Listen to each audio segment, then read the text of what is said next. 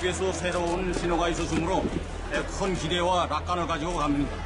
We'll see. They want to talk, and we'll be talking to them soon. We'll see.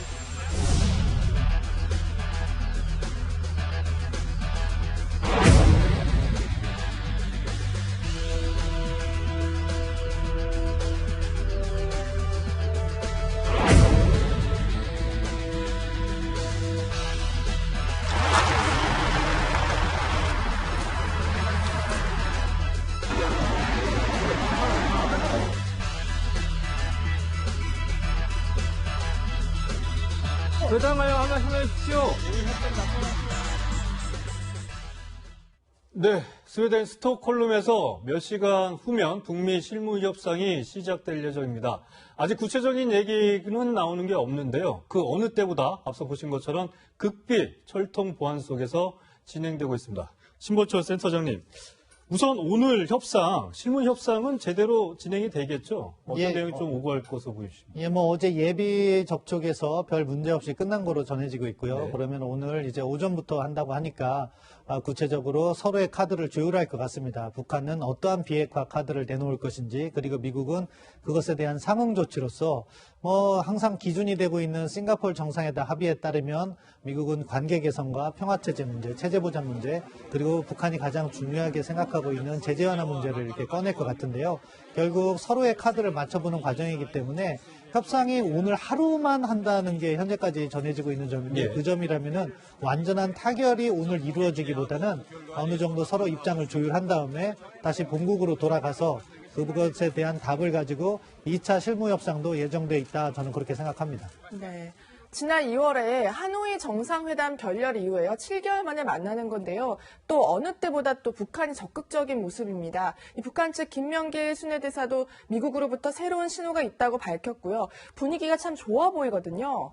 결국 북한은 항상 일관되게 미국이 새로운 계산법을 가지고 오라고 했는데, 예. 미국이 어느 정도 신호를 준 것 같아요. 그러니까 김명길 대사가 북경 공약을 경유하면서 나왔던 말이 이렇게 좀 기대가 낙관적이다, 이런 이야기. 여기서 말하는 새로운 신호는 뭘 말하는 걸까요? 그러니까 북한이 일관되게 요구하고 있는 새로운 계산법이라는 것은 북한이 주장했던 단계적 비핵화를 미국이 수용해야 된다. 네. 그거고요. 미국은 일괄 타결을 한때 주장했잖아요. 예. 입장 전환인 거고, 미국이 일괄 타결이 아니라 단계적 비핵화 쪽으로도 신호를 줬어요. 6월 30일 판문점 정상회동 이후에 단계적 비핵화, 동결 거래라든가 이런 부분을 갖다가 수용할 수 있음을 신호를 줬는데, 네. 북한이 그 이후에도 거절한 것은 단계적 비핵화에다가 제재 완화와 위협 해소 부분을 더해서 가지고 와라. 그것은 결국 부분적이라도 제재를 완화해야 되고 한미연합군사훈련 중단이라도 확실히 약속을 받아야 된다 하는 주장을 하는 건데, 지금 미국이 약간 북한에 끌려가는 모습을 보이고 있는 거죠. SLBM 발사에도 별다른 반응을 내놓지 않고 있고, 어제 예비 접촉도 상당히 이례적인 부분인데 그 부분까지 미국이 수용하면서 협상을 한다는 것은 일단 북한과의 대화를 진행하겠다는 의지가 강한 것 같습니다. 그러니까 센터장님 말씀대로라면 북한이 영변 핵시설 정도만 동결하겠다라고 이렇게 얘기를 제안을 한다면, 미국 쪽에서 어느 정도 추가 제재를 유예를 시켜준다, 지금 나오는 얘기들이 일부 언론, 인터넷 매체라 신뢰도는 아직 높은 편은 아닙니다. 그런데 북한이 영변 핵시설을 갖다가 동결하고 신고를 하면 미국이 석탄 수출과 섬유 수출을 3년 동안 유예해 주는 거죠. 할 수 있도록. 그 정도 거래인데 아마 그거보다는 미국이 조금 더 포괄적인 접근을 하려고 할 거예요. 미국이 원하는 것은 북한이 어떠한 비핵화 개념을 갖는 거냐, 북한이 핵을 내려놓는 거냐, 최종 상태는 무엇이냐, 그리고 거기까지 어떠한 과정을 거쳐서 갈 것이냐, 이런 부분을 북한에 요구할 것 같고요. 거기에 대한 답이 있다면은 동결 거래가 될 수 있고 영변의 폐기가 될 수 있고, 그 다음에 북한의 비핵화 조치는 유연하게 나오는데, 미국의 상응 조치는 그것에 따라서 각각 달라질 수 있다. 아마 가장 낮은 단계라면은 인도적 지원만을 하려고 할 것이고요. 어느 정도 의미 있는 비핵화 조치가 수반된다, 영변 핵시설을 동결하고 신고까지 한다. 그렇게 되면은 그거보다 조금 더 많이 나가는 제재 완화를 고려하고 있을 텐데요. 가장 중요한 것은 결국 비핵화의 최종 상태가 무엇이다라는 것을 북한으로부터 받아내는 거라고 생각합니다. 이번 실무 협상에서도 그런 얘기까지 진전이 될 수 있을까요? 이 미국이 그러한 포괄적 접근을 하려고 한다는 이야기가 들리고 있기 때문에 일단 북한이 수용할지는 모르겠지만 미국은 그러한 제안을 할 거라고 생각합니다. 네. 결국엔 실무 협상이 잘 돼야지만 이 트럼프 대통령과 김정은이 만나지 않을까 이런 생각이 드는데요. 이현정 의원님, 네. 조셉 윤 전 미 국무부 특별대표가요. 이 김정은이 이 트럼프의 협상력이 좀 낮아졌다 이렇게 보고 있다는 말도 했거든요. 네. 이건 아마 이제 미국 국내 상황과도 좀 직결되어 있는 것 같아요. 국내 상황이요. 최근에 왜냐하면 우크라이나와 관련된 스캔들이 터졌지 않습니까? 그렇죠. 트럼프 대통령이 우크라이나 대통령에게 이야기를 해서 이제 바이든 전 부통령에 대한 조사라든지 뭐 이런 네. 것들 요청했다는 게 돼서 예. 지금 사실 이제 탄핵과 관련된 이제 움직임들이 일어나지 않습니까? 네. 그리고 지금 현재 민주당에서는 지금 탄핵 국면에 대한 여론조사를 보면 실제 탄핵을 원하는 여론이 꽤 높아진 그런 상황입니다. 자, 네. 그러면 그런 상황을 보면 트럼프 대통령이 어떤 대야 관계가 상당히 좋지 않고 당내에도 입지가 상당히 약해지는 국면이라 본다면 네.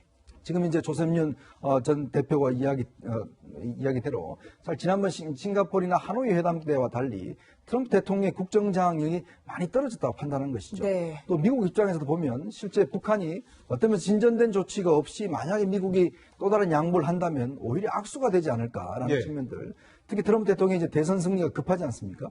뭔가 조급한 결론을 낸다고 한다면 이걸 알고 있는 김정은 입장에서는 덥석 물 상황이 아니란 거죠. 오히려 실제로 지금 보면 북미 회담이 진행 중이다만은 실제 김정은 위원장은 오히려 북중 회담에 더 신경을 쓰고 있는 형태예요. 네. 네. 조만간 아마 중국을 방문하기로 돼 있지 않습니까? 네, 오늘도 기사가 나왔더라고요. 네, 그런 상황이라 보면 아마 북한 입장에서 보면 이중 전략을 쓰고 있는 거죠. 한쪽에서는 미국과 협상을 하지만 실제 어떤 관심을 기울이는 것은 중국과의 어떤 정상회담을 통해서 대북 지원을 좀 더 확대하는 방향 뭐 이런 것도 또 하고 있기 때문에 지금 협상은 과연 그러면 이번 실무 협상에서 북한이 어떤 카드를 나오느냐 그럼 미국이 판단한다면 이게 아직까지는 모르겠습니다. 잘 될지 안 될지는 좀 더 이 실무 협상을 두고 봐야 될 것 같습니다. 네. 네. 이 북미 실무 협상이 있다고 발표한 다음 날 북한이 잠수함 발사 탄도미사일 즉 SLBM 발사를 했거든요. 최 교수님, 예. 이 북한 도대체 이 행동은 또 어떻게 해석해야 될까요? 아무래도 이제 회담을 앞두고서 예비 회담이고 실무 회담이긴 하지만 회담을 앞두고서 회담이 주도권을 쥐겠다는 의도가 있다고 보여져요. 예. 그러니까 미국에 대해서 경고의 메시지를 던지는 거 아니겠습니까? 또 이번에 발사한 게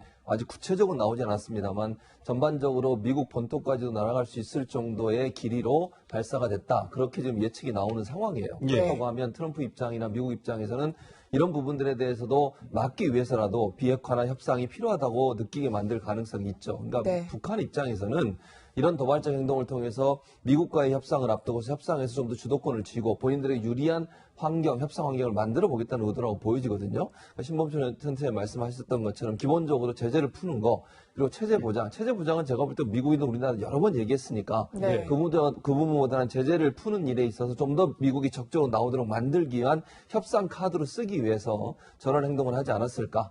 그런 저런 행동이 과연 먹힐지는 좀 두고 봐야 된다 이런 생각이 듭니다. 네, 어쨌든 뭐 미국이 좀 불리한 상황이 아닌가 이번 협상이 진행이 된다면 그런 생각들이 나오고 있는데 그런데 말이죠. 이번 SLBM 발사 때 김정은 위원장은 참관을 하지 않았던 것으로 알려지고 있습니다.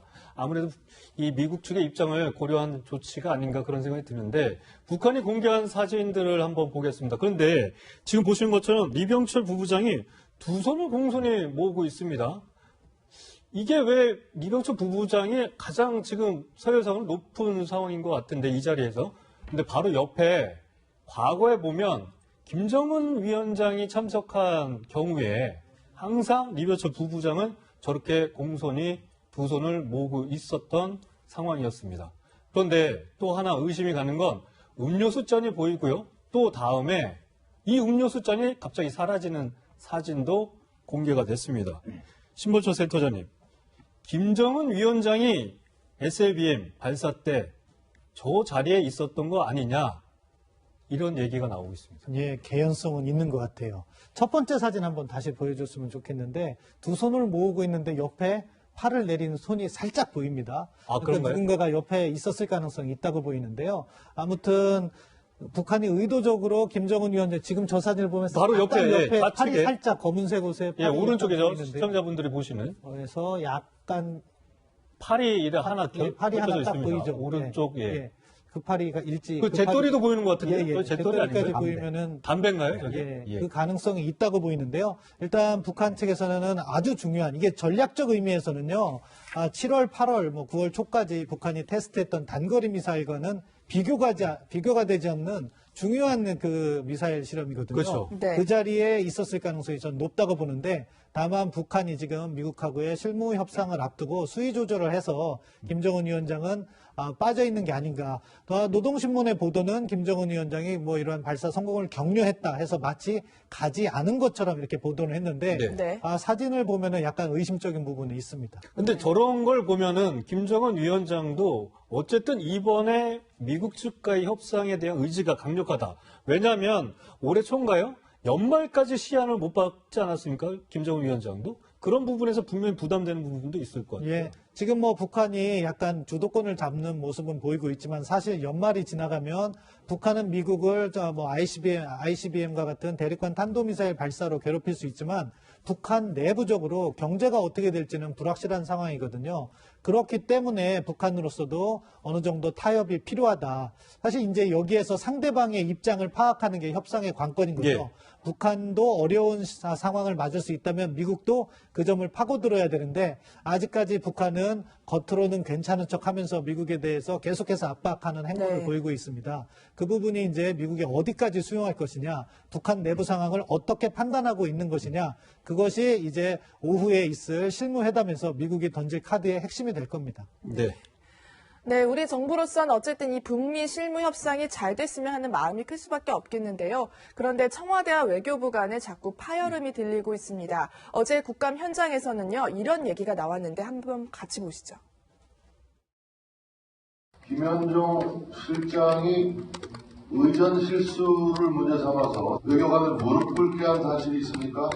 질책 심하게 질책을 했죠. 심하게 질책 보는 거 아닙니까? 지금 네. 네. 이 지난주 그 유엔 총회 때 그 실수를 하는 그 외교관과 관련된 이야기를 한 거거든요. 네. 최 교수님. 예. 네. 이 무릎을 꿇었다 이런 얘기들인 거잖아요. 그렇습니다. 이게 서기관인데요. 유엔 대표부에 근무하고 있는 서기관입니다. 외교부 직원이죠. 그런데 이제 지난번에 그 유엔 총회 때 한 폴란드 정상회담이 있었어요. 예. 그런데 정상회담 자리에 김현정 위원장이 참석을 못하게 됐습니다. 네. 김현정 차장이. 예. 이유가 뭐냐면 비표를 못 달아서 그랬어요. 비표라고 하는 비표를 게- 못 달았다고요? 예. 비표라고 하는 게 거기 이제 위험한 중과 VIP들이 만나는 장소잖아요. 그러니까 비표가 있어야만 들어갈 수 그렇죠. 있거든요. 회담 네. 장소에. 근데 외교부에서 그걸 실수를 해서 아마 서기관이 담당관이었나 봐요. 그 비표를 제대로 발급받지 못해서 김현종 차장이 그걸 못 달게 된 거예요. 그러니까 결국은 이제 회의에 못 들어가게 된 거잖아요. 참석을 해야 되는데 참석을 못 하게 되는 이제 물론 그건 외교부의 실수입니다. 분명히 잘못했죠. 그렇게 하면 안 되는 거고 비표가 제대로 발급되도록 절차를 밟았어야 됐는데 그 절차를 제대로 못 밟아서 김현종 이 차장이 참석을 못 하게 됐고 예. 그것 때문에 호텔방으로 이제 아마 담당자를 부른 것 같아요. 예. 그러면서 이제 물어본 거죠. 왜 이렇게 됐느냐라고 물어보는 과정에 이제 서기관의 말에 의하면 본인이 잘못을 시인하고 무릎을 네. 꿇었다 이렇게 얘기를 그러니까 여기서 잠깐 짚고 네, 넘어갈게. 네. 본인이 그 서기관이 스스로 스스로. 무릎을 꿇은 겁니까? 스스로 김현종 무릎을 꿇은 거예요. 차장이 꿇리게 한 아니, 겁니까? 꿀리게 한 건 아니에요. 그러니까 김현정 차장이 질책은 했고 네. 지적을 했는데 그 서기관이 스스로 무릎을 꿇었다 이렇게 얘기를 했어요. 아까 우리가 들어본 예. 그 싱크에서 나온 것처럼. 그래서 아마 김현정 차장이 무릎을 꿇으라 이렇게 얘기한 것 같지는 않아요. 아마 이제 질책하고 지적하는 과정에서 본인이 아마 제 실수고 잘못입니다를 인정하면서 본인이 무릎을 꿇은 것 같아요. 예. 그러니까 이거는 뭐 김현정 차장이 시켰다 이렇게 얘기하면 안 되는 것 같고요. 본인이 스스로 했는데 이제 물론 그렇게 얘기할 수 있겠죠. 김현정 차장이 어느 정도까지 얘기했느냐 이 문제는 또 다른 문제라고 봐요. 근데 이제 아까 또 얘기한 걸 들어보면 뭐 지적이었다, 뭐 심하게 모욕을 당하지 않았다 이렇게 얘기한 걸 보면 그렇게 심하게 얘기했는지 하는지는 잘 모르겠습니다.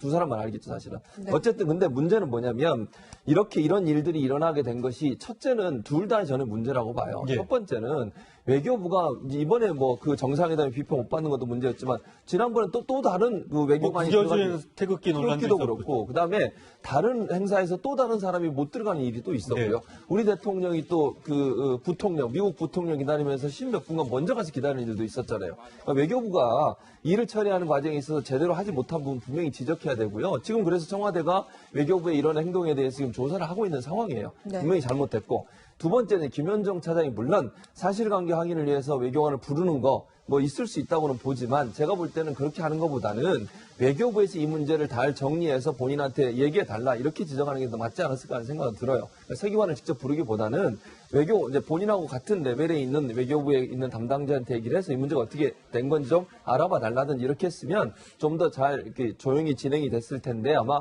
불러서 얘기를 하다 보니까 이런 일이 연출이 된 것 같아서 양쪽 다 이게 약간의 뭐랄까요 처리하는 과정이 있어서 유연성이라든지 아니면 좀 전문성이 부족한 게 아닌가 이런 생각이 듭니다. 네, 이현정 의원님. 네. 김현종 차장과 이름이 같네요. 예. 저는 얼마 전에 보이지 않습니다. 예. 그런데 이제 사실 김현종 차장 강경화 외교부 장관하고 언쟁이 있었던 사실이 알려졌잖아요. 그래서 SNS에 김현종 차장이 자신을 더 낮추면서 일하겠다. 근데 이런 글을 올린 지 불과 얼마 지나지 않아서 근데 이게 뭐 무릎을 꿇었다. 이 부분도 중요한 포인트라고 볼 수 있겠지만 사실은 이런 상황 자체가 일반 국민들이 보기에는 이게 어느 시대 상황인가 이런 지적들도 좀 있는 것 같아요. 그러니까 두 사람의 스타일의 문제일 수도 있습니다. 왜냐하면 김현종 차장 같은 경우는 굉장히 직설적입니다. 예전에 통상교섭본부장 할 때도 보면 그 밑에 있는 여러 가지 직원들이 굉장히 어려움을 많이 토로를 했어요. 네. 굉장히 직설적이고 어떤 면에서 보면 It's my style이라고 이야기를 하지 않습니까? 어떤 직원들을 다그치고 뭐 이런 것이죠. 사실 이런 경우도 같은 경우 보면 청와대는 참모 조직입니다. 그리고 이제 이 외교부는 일단 내각 조직이지 않습니까? 그러면 사실은 참모 조직에 있는 이 차장이 내각 조직에 있는 사람을 질책할 때는 다른 경로를 통해 정상적인 경로를 통해 이야기해야 되는데 문제는 본인이 직접 했다는 데 문제가 있는 거죠. 예.